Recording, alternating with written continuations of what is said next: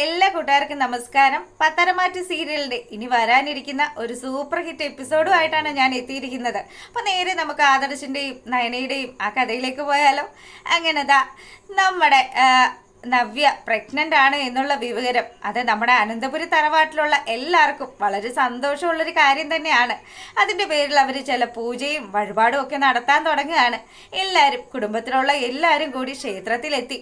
അവിടെ എത്തിയ പാടെ തന്നെ നമ്മുടെ മുത്തശ്ശനാണെങ്കിലോ പോയി തിരുമേനിയെ കണ്ടു. തിരുമേനി ഞങ്ങളുടെ അനന്തപുരി തറവാട്ടിലേക്ക് വരാൻ പോകുന്ന ആദ്യത്തെ പേരക്കുഞ്ഞാണ് എന്നും പറഞ്ഞ് ആ കുഞ്ഞിനെ വേണ്ടിയിട്ടുള്ള എല്ലാ കാര്യങ്ങളും അതിനുവേണ്ടി അതിൻ്റെ രക്ഷയ്ക്ക് വേണ്ടിയിട്ടുള്ള എല്ലാ പൂജകളും ഇവിടെ നടത്തണമെന്ന് പറഞ്ഞു. അപ്പൊ തിരുമേനിയാണെങ്കിലോ മൂർത്തി സാറ് ഒന്നുകൊണ്ടും പേടിക്കണ്ട, ഇവിടെ എന്തായാലും ഞാൻ എല്ലാ കാര്യങ്ങളും ഭംഗിയായി തന്നെ നടത്തി തരാമെന്നും പറഞ്ഞ് മൂർത്തി മുത്തശ്ശനോട് കാര്യങ്ങളൊക്കെ പറഞ്ഞു. പിന്നീടാണെങ്കിലോ നമ്മുടെ നവ്യയെ വീഴ്ത്താൻ വേണ്ടിയിട്ട് അഭിയാണെങ്കിലോ കുറച്ച് എണ്ണയൊക്കെ അങ്ങ് ഒഴിച്ചു വെക്കുക. അവൾ കറക്റ്റായിട്ട് തന്നെ അഭി ഒരുക്കി വെച്ച ആ ഒരു കെണിയിലേക്ക് നമ്മുടെ നവ്യ ചെന്ന് വീണു. നവ്യ ശരിക്കും പറഞ്ഞാൽ ഭാഗ്യം കൊണ്ട് മാത്രമാണ് ആ ഒരു അപകടത്തിൽ നിന്ന് രക്ഷപ്പെടുന്നത്. ക്ഷേത്രത്തിൽ വെച്ച് ഇങ്ങനെ ഒരു അപകടം നടന്നത് കൊണ്ട് തന്നെ മുത്തച്ഛനാണെങ്കിൽ ഇതിന് എന്തെങ്കിലും ഒരു പരിഹാരം ഉണ്ടാവില്ലേ തിരുമേനി, അതിന് വേണ്ടത് പരിഹാരം ചെയ്യണം, എൻ്റെ കുഞ്ഞിന് എന്തോ ഒരു അപകടമുണ്ട്, അല്ലെങ്കിൽ ഇങ്ങനെയൊന്നും സംഭവിക്കില്ല എന്നും പറഞ്ഞ് തിരുമേനിയോട് കാര്യങ്ങൾ പറഞ്ഞു. അപ്പം തിരുമേനിയാണെങ്കിലും നിങ്ങൾ വിഷമിക്കുകയൊന്നും വേണ്ട, എന്തായാലും ഇതിനൊരു പരിഹാരം ഞാൻ കണ്ടിരിക്കുമെന്നും പറഞ്ഞ് അങ്ങനെ ഒരു പരിഹാരം പുള്ളിക്കാരൻ തന്നെ നിർദ്ദേശിക്കുകയാണ്. നവ്യയുടെ അമ്മ ജലജ 50 തേങ്ങ ഉടയ്ക്കണമെന്നും അതുപോലെ തന്നെ അഭിയാണെങ്കിൽ ശൂലവുമായിട്ട് ഈ ക്ഷേത്രത്തിന് വലം വെക്കുകയും ചെയ്യണം. അത്തരത്തിലുള്ള ഒരു നിസ്സാരമായിട്ടുള്ള വഴിപാടാണ് തിരുമേനി പറഞ്ഞു കൊടുക്കുന്നത്. ഇത് കേൾക്കുമ്പോൾ തന്നെ ജലജയാണെങ്കിൽ നിസ്സാരം എന്നുള്ള രീതിയിൽ അവിടെ ഇങ്ങനെ നിൽക്കുകയാണ്. പക്ഷേ തിരുമേനിയും നമ്മുടെ കനകയും ചേർന്നുള്ള ചെറിയൊരു പരിപാടിയാണെന്നുള്ളത് ജലജയ്ക്ക് പിടികിട്ടിയില്ല. അങ്ങനെ ജലജയാണെങ്കിൽ പറയുന്നുണ്ട്, എൻ്റെ മോൻ്റെ ഭാര്യയ്ക്കും അവൻ്റെ കുഞ്ഞിനും ഒക്കെ വേണ്ടിയിട്ട് ഇത്തരത്തിലുള്ളൊരു വഴിപാട് ചെയ്യാൻ എനിക്കൊരു മടിയില്ല. ഇപ്പം ഈ സമയത്ത് മാറി നിന്ന് കഴിഞ്ഞാൽ പ്രശ്നമാണെന്ന് ജലജയും അഭിയും കൂടി ചേർന്ന് സംസാരിക്കുന്നൊക്കെയുണ്ട്. അതുകൊണ്ട് തന്നെ എന്ത് വഴിപാടാണെങ്കിലും തങ്ങൾ ചെയ്തോളാന്നും പറഞ്ഞ് അവർ രണ്ടുപേരും തയ്യാറായി. പിന്നീടാണെങ്കിലോ തിരുമേനി പറഞ്ഞതനുസരിച്ച് വസ്ത്രമൊക്കെ മാറി അവരവിടെ വരികയാണ്.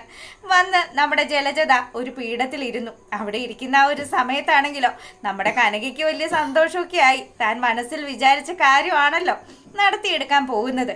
അങ്ങനെ ജലജ ഇരുന്നതും ജലജയോട് തിരുമേനി പറഞ്ഞു, കുറച്ച് സമയം ഈശ്വരനെ മാത്രം ധ്യാനിച്ചുകൊണ്ട് കണ്ണുകൾ അടച്ചിരിക്കണമെന്ന്. അപ്പം അതിനെന്താ തിരുമേനി, ഇരിക്കാമല്ലോ. പക്ഷെ ഒരു സംശയമുണ്ട്, ഞാൻ 50 തേങ്ങ ഉടക്കണമെന്ന് പറഞ്ഞില്ലേ, പക്ഷെ ഞാനിവിടെ നോക്കിയിട്ട് ഒരു കല്ല് പോലും കണ്ടില്ലല്ലോ. അതുമാത്രമല്ല തേങ്ങയൊക്കെ എൻ്റെ കൈ എത്തുന്ന ദൂരത്തല്ലല്ലോ വെച്ചിരിക്കുന്നത്.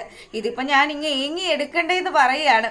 അതെ, എന്തായാലും ഞാൻ പറഞ്ഞതുപോലെയുള്ള കാര്യങ്ങൾ ചെയ്. 10 മിനിറ്റ് കണ്ണുകൾ പൂട്ടി ഭഗവാനെ മാത്രം ധ്യാനിച്ചിരിക്കെ എന്തായാലും എല്ലാ കാര്യങ്ങളും ഭംഗിയായി തന്നെ നടക്കുമെന്ന് തിരുമേനി പറഞ്ഞു. ജലജ അതുപോലെ തന്നെ ചെയ്തു. അപ്പം ഈ സമയത്താണെങ്കിലും തിരുമേനി നമ്മുടെ നവ്യയെ വിളിച്ചു. നവ്യയുടെ കയ്യിൽ ഒരു തേങ്ങ എടുത്ത് കൊടുത്തിട്ട് പറയാണ്, മോളെ ഈ തേങ്ങ നല്ലതുപോലെ പ്രാർത്ഥിച്ചിട്ട് മോളുടെ അമ്മായിയമ്മയുടെ തലയ്ക്ക് എറിഞ്ഞ് ഉടയ്ക്കണമെന്ന് പറഞ്ഞു.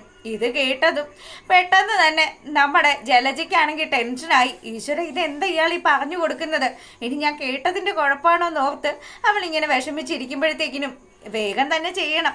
ജലജ കണ്ണുകൾ അടച്ച് ഭഗവാനെ മാത്രം വിചാരിച്ചിരിക്കുമെന്ന് പറഞ്ഞ് മുത്തശ്ശനും പറഞ്ഞു. ഉടനെ തന്നെ നമ്മുടെ ജലജ കണ്ണൊക്കെ പൂട്ടി അവിടെ ഇരുന്നു. ഈ സമയത്താണെങ്കിലോ നവ്യ കിട്ടിയ അവസരം, ദൈവമേ, അമ്മായിയമ്മയുടെ തല തല്ലി പൊളിക്കാനുള്ളൊരു അവസരമാണ്. അതവൾ നല്ലതുപോലെ തന്നെ വിനിയോഗിച്ചു. ജലജയുടെ തലയിലേക്ക് 1 തേങ്ങ 2 തേങ്ങ അങ്ങനെ 50 തേങ്ങയും അടിച്ചു കഴിഞ്ഞു. ഈ സമയത്താണെങ്കിലോ ഇതുപോലെയുള്ളൊരു പരിഹാരമാണ് ചെയ്യാനുള്ളതെന്ന് അറിഞ്ഞിരുന്നെങ്കിൽ എൻ്റെ പൊന്നു തിരുമേനി ഞാനിവിടെ കുത്തിയിരിക്കില്ലായിരുന്നു എന്നും പറഞ്ഞ് ജലജ ചാടി എഴുന്നേറ്റു. അങ്ങനെ ജലജ വിഷമിച്ച് നിൽക്കുന്ന ആ ഒരു സമയത്താണ് നമ്മുടെ അഭി അങ്ങോട്ട് വരുന്നത്. എൻ്റെ മോനെ, നിനക്കിനി എന്ത് പരിഹാരമാണ് വെച്ചിരിക്കുന്നത്? ഈ തിരുമേനി ഇങ്ങനെയുള്ള ചടങ്ങൊക്കെ ആണോ നടത്തുന്നതെന്നും ചോദിച്ച് ജലജ ഇങ്ങനെ പരിഭവം പറയുമ്പോഴത്തേക്കിനും, അതെ, എന്തായാലും നിങ്ങളുടെ മകൻ വന്നല്ലോ, അവനും പരിഹാരം ചെയ്തേ പറ്റുള്ളൂ. അവൻ്റെ കുഞ്ഞിൻ്റെ ദീർഘായുസിന് വേണ്ടിയിട്ടുള്ളതാണ്, നല്ലൊരു കുഞ്ഞ് ജനിക്കേണ്ടേ എന്നൊക്കെ പറയുകയാണ്. അപ്പം അതൊക്കെ ശരിയാണ് തിരുമേനി, എങ്ങനെയും ഈ കുഞ്ഞൊന്ന് നശിച്ചു പോകാൻ വേണ്ടിയിട്ടാണ് ജലജ ഈ കണ്ട പാട് മുഴുവൻ കഴിക്കുന്നത്. അതിനിടയ്ക്കാണെങ്കിലോ മുത്തച്ഛനും പരിവാരങ്ങളും ചേർന്ന് കൊച്ചു നല്ല രീതിയിൽ ജനിക്കാനുള്ള വഴിപാട് നടത്തുന്നു. അങ്ങനെ നമ്മുടെ അഭിയാണെങ്കിലും എന്ത് വഴിപാടാണേലും താൻ ചെയ്തോളാന്നും പറഞ്ഞ് അഭി അവിടെ വന്നിരുന്നു. ഇരിക്കുന്ന ആ ഒരു സമയത്ത് തിരുമേനി പറയാണ്, അഭി മോനെ, മോൻ്റെ കണ്ണുകളൊക്കെ അടച്ച് നാക്ക് പതിയെ ഒന്ന് നീട്ടിക്ക്. അപ്പം അഭിയാണെങ്കിൽ നാക്ക് നീട്ടിയിട്ട് എന്ത് വഴിപാടാണ് ചെയ്യുന്നതെന്ന് പോലും അറിയാതെ അവൻ അതുപോലെ തന്നെ ചെയ്തു. ഈ സമയത്താണെങ്കിലോ നവ്യയുടെ കയ്യിലേക്ക് ഒരു ശൂലം എടുത്തു കൊടുത്തു. ഈ ശൂലം അഭിയുടെ നാക്കിൽ കുത്തി ഇറക്കണമെന്നും പറഞ്ഞു. അയ്യോ, ശൂലത്തെ നോക്കി നമ്മുടെ നവ്യാണെങ്കിലോ, ദൈവമേ ഇതെങ്ങനെയാണ് ഇവൻ്റെ നാക്കിൽ കൊണ്ടു കഴിഞ്ഞാൽ ഡേഞ്ചർ ആകുമല്ലോ എന്ന് ഓർത്ത് ടെൻഷൻ അടിച്ച് ഇങ്ങനെ നിൽക്കുമ്പോൾ തിരുമേനിയും അതുപോലെ തന്നെ കനകയും പറയാണ്, മോളെ പാപപരിഹാരം ഇതെല്ലാം തീരണം. അതേ നാവ് കൊണ്ട് ഉണ്ടാക്കിയിട്ടുള്ള ദോഷങ്ങളൊക്കെ അതിങ്ങനെ അങ്ങ് പോയിക്കോട്ടെ എന്നും പറഞ്ഞ് തൻ്റെ മകളെക്കുറിച്ച് അനാവശ്യം പറഞ്ഞുണ്ടാക്കിയതാണല്ലോ അഭി. അപ്പം അഭിക്കിട്ട് അങ്ങനെയുള്ള ഒരു മുട്ടൻ പണി കൊടുക്കാനാ കനക തീരുമാനിച്ചു വെച്ചിരിക്കുന്നത്. നവ്യാണെങ്കിലോ തിരുമേനിയും അമ്മയും ഒക്കെ പറഞ്ഞതുപോലെ തന്നെ അഭിയുടെ നാക്കിലേക്ക് ആ ശൂലം കുത്തി ഇറക്കി. അഭിയാണെങ്കിലോ വേദന കൊണ്ട് പൊളയുമ്പോൾ ജലജയാണെങ്കിലോ ഒന്നും ചെയ്യാൻ പറ്റാതെ വിഷമിച്ചിരിക്കുകയാണ്. തിരുമേനിയെ നോക്കി ഭയങ്കര ദയനീയമായിട്ട് നമ്മുടെ അഭി ഇങ്ങനെ കരയുന്ന സമയത്ത് തിരുമേനി പറഞ്ഞു, ഇനിതേ ഇവിടെ ഒരു തോർത്തുണ്ട്, ഈ തോർത്തുമായിട്ട് ഭിക്ഷ യാചിക്കണം, ഇങ്ങനെ ഭിക്ഷ യാചിച്ച് തിരിച്ചു വരൂ എന്നും പറഞ്ഞ് അഭി അങ്ങ് പറഞ്ഞു വിടുമ്പം തൻ്റെ മകൻ ഭിക്ഷ എടുക്കുന്ന ആ ഒരു കാഴ്ച കണ്ട് ജലജയുടെ കണ്ണുകൾ നിറയാണ്. എങ്ങനെ വളർന്ന കുഞ്ഞാണ് എന്നും പറഞ്ഞ് ജലജ സങ്കടപ്പെടുമ്പോഴത്തേക്കിനും എന്തൊരു കഷ്ടമാണ് എന്നും പറഞ്ഞ് അവളിങ്ങനെ വിഷമിച്ചിരിക്കുകയാണ്. പിന്നീടാണെങ്കിലോ നമ്മുടെ മുത്തശ്ശനും മുത്തശ്ശിയും ഒക്കെ കൂടി അവിടെ നമ്മുടെ ആദർശനും നയനയ്ക്കും വേണ്ടിയിട്ടുള്ള ചെറിയൊരു വഴിപാട് നടത്തുകയാണ്. അപ്പം ആദർശും നയനയും കൂടി അവിടെ ക്ഷേത്രത്തിനടുത്ത് ഒരാഴ്ചവട്ടിൽ വന്ന് നിൽക്കുകയാണ്. അവിടെ ആണെങ്കിലോ നിറയെ തൊട്ടിലുകളൊക്കെ ഇങ്ങനെ കെട്ടി വെക്കുമ്പോഴത്തേക്കിനും നവ്യാണെങ്കിൽ വലിയ കാര്യത്തിന് ഇങ്ങനെ, നവ്യല്ല കേട്ടോ സോറി, നയനയാണെങ്കിൽ വലിയ കാര്യത്തിന് ഇങ്ങനെ നോക്കി നിൽക്കുകയാണ്. അപ്പം മുത്തശ്ശൻ വന്ന് പറഞ്ഞു, ഇനി നിങ്ങൾക്ക് വേണ്ടിയിട്ട് ചില വഴിപാട് മുത്തശ്ശൻ നേർന്നിട്ടുണ്ട്, അത് നിങ്ങൾ ചെയ്യണമെന്ന് പറഞ്ഞതും ആദർശ് പെട്ടെന്ന് ആലോചിച്ചു, ഈശ്വര നമ്മുടെ അഭിക്ക് കൊടുത്തതുപോലെയോ അല്ലെങ്കിൽ ജലജയ്ക്ക് കൊടുത്തതുപോലെയുള്ള എന്തെങ്കിലും ഒരു പണിയാണോ എന്ന്. പക്ഷേ മുത്തശ്ശൻ്റെ ആഗ്രഹം പറഞ്ഞാൽ നമ്മുടെ ആദർശിനും നയനയ്ക്കും ഒരു കുഞ്ഞ് ജനിക്കണമെന്ന് തന്നെയാണ്. അതുകൊണ്ട് തന്നെ നമ്മുടെ കനകയുടെ കയ്യിൽ ഒരു തൊട്ടിൽ കൊടുത്തു വിടുകയാണ്.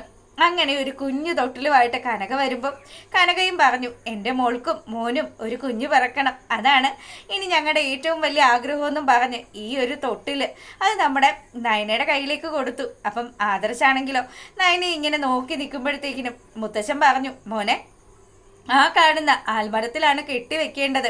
അതുകൊണ്ട് തന്നെ കനക ഒരു സ്പോട്ട് കാണിച്ചു കൊടുത്തു. അത്യാവശ്യം ഹൈറ്റുള്ള ഒരു സ്പോട്ടാണ്. അത് നോക്കി ആദർശാണെങ്കിൽ പതിയെ നമ്മുടെ നയനയെ എടുത്തു പൊക്കിയിട്ട് നയനയാണ് ആ ഒരു തൊട്ടിൽ ആ മരത്തിൽ കിട്ടുന്നത്. ഇതും കണ്ട് മുത്തശ്ശനും മുത്തശ്ശിയും അതുപോലെ കനകയും ഒക്കെ വളരെയധികം സന്തോഷിച്ചു. ശരിക്കും പറഞ്ഞാൽ നമ്മുടെ ആദർശിൻ്റെയും നയനയുടെയും ഇടയ്ക്ക് ചെറിയൊരു കെമിസ്ട്രി ഒക്കെ വർക്കൗട്ട് ആവുന്നുണ്ട്. ഇങ്ങനെ ഈ വഴിപാടൊക്കെ ചെയ്ത് കഴിഞ്ഞിട്ട് നമ്മുടെ നയനയാണെങ്കിലും വളരെ നാണത്തോടു കൂടി ആദർശിനെ തിരിഞ്ഞു നോക്കി അങ്ങനെ പോകുന്ന ആ ഒരു സമയം നമ്മുടെ ആദർശ് ആലോചിക്കുകയാണ്, എൻ്റെ മുത്തശ്ശനോട് ഞാൻ ചെയ്യുന്ന ഏറ്റവും വലിയ തെറ്റാണ്. ഇത്രയും വർഷമായി താനും നയനയും ഒന്നിച്ച് ജീവിക്കാൻ തുടങ്ങിയിട്ട് ഇതുവരെയും ഭാര്യയും ഭർത്താവുമായിട്ട് ഞങ്ങൾ ജീവിച്ചിട്ടില്ലല്ലോ. അങ്ങനെയുള്ള അപ്പോൾ എങ്ങനെയാണ് ഞങ്ങൾക്കൊരു കുഞ്ഞുണ്ടാകുക എന്നുള്ള രീതിയിൽ അവൻ ഇങ്ങനെ ചിന്തിച്ച് നിൽക്കുന്നത് കാണിച്ചുകൊണ്ടാണ് ആ ഒരു എപ്പിസോഡ് അവസാനിക്കുന്നത്. അപ്പം നല്ലൊരു എപ്പിസോഡായിരുന്നു. നിങ്ങൾക്ക് ഇഷ്ടപ്പെട്ട് കഴിഞ്ഞാൽ സബ്സ്ക്രൈബ് ചെയ്യുക, ലൈക്ക് ചെയ്യുക, കമൻറ്റ് ചെയ്യുക. അപ്പോൾ ഓക്കെ, ബൈ, ഗുഡ് നൈറ്റ്.